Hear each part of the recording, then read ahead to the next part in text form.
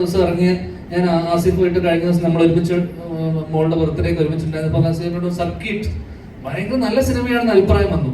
Okay, ഇവിടുത്തെ reviews എല്ലാവരും തന്നെ നല്ല അഭിപ്രായം പറഞ്ഞു. എന്തുകൊണ്ട് തിയേറ്ററിൽ ആൾ വന്നില്ല?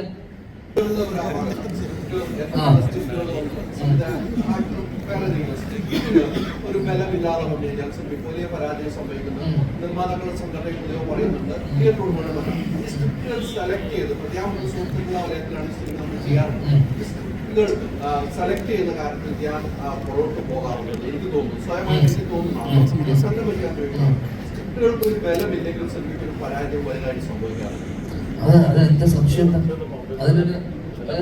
അതല്ലേ ഫൗണ്ടേഷൻ. ഇതിൽ ഉത്തരം ഉണ്ടല്ലോ. നമ്മൾ അഭിനയിച്ച സിനിമകൾക്കൊന്നും അതില്ലായിരുന്നു എന്നുള്ളതാണ് ഏറ്റവും വലിയ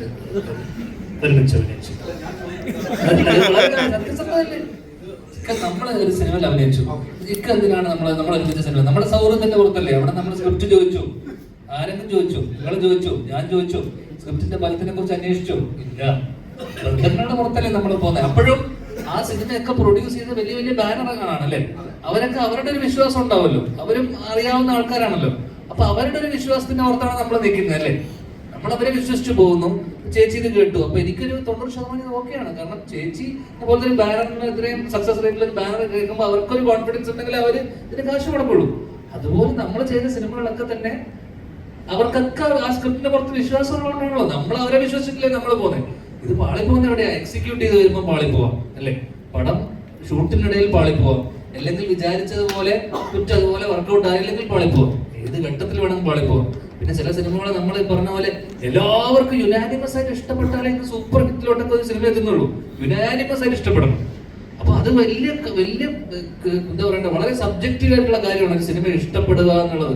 ഇപ്പൊ ഇന്നിപ്പോ ഈ വർഷം ഇറങ്ങിയ എത്ര സിനിമകളാണ്. ഇപ്പൊ കഴിഞ്ഞ ദിവസം ഇറങ്ങിയ ഞാൻ ആസിഫായിട്ട് കഴിഞ്ഞ ദിവസം നമ്മൾ ഒരുമിച്ച് മോളുടെ ബർത്ത്ഡേക്ക് ഒരുമിച്ചുണ്ടായിരുന്നപ്പോൾ ആസിഫിനോട് സർക്കിട്ട് ഭയങ്കര നല്ല സിനിമയാണെന്ന് അഭിപ്രായം വന്നു.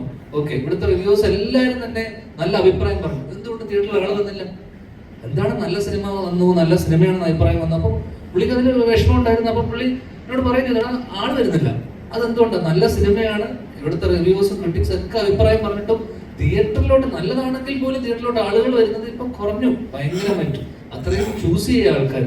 സിനിമ നന്നായതുകൊണ്ട് കാര്യമില്ല, എല്ലാ ഘടകങ്ങളും മാർക്കറ്റിംഗ് തൊട്ട് ഇത്രയും ഫാക്ടേഴ്സ് ഒക്കെ നന്നായി വന്നാലും മാത്രമേ ഒരു സിനിമ ഇതുള്ളൂ. പിന്നെ തിയേറ്റർ എക്സ്പീരിയൻസ് വേണ്ട സിനിമകൾ.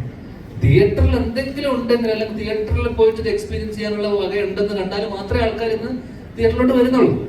അപ്പൊ അതിലുള്ള എക്സെപ്ഷൻ ആണ് പ്രിൻസ് പോലുള്ള സിനിമകൾ. കാരണം അതൊരു കുടുംബ ചിത്രമാണ്. സാധാരണ നമ്മൾ ഇന്റർവ്യൂലൊക്കെ പറഞ്ഞു, കാരണം പ്രിൻസിന്റെ വിജയം എന്ന് പറയുന്നത് സാധാരണ കുടുംബ ചിത്രം. പക്ഷെ ദിലീപേട്ടന്റെ ഒരു ആവറേജ് സിനിമ പോലും ഒരു ആവറേജ് ആയാൽ തന്നെ ദിലീപേട്ടന്റെ പടം ഹിറ്റാണ്.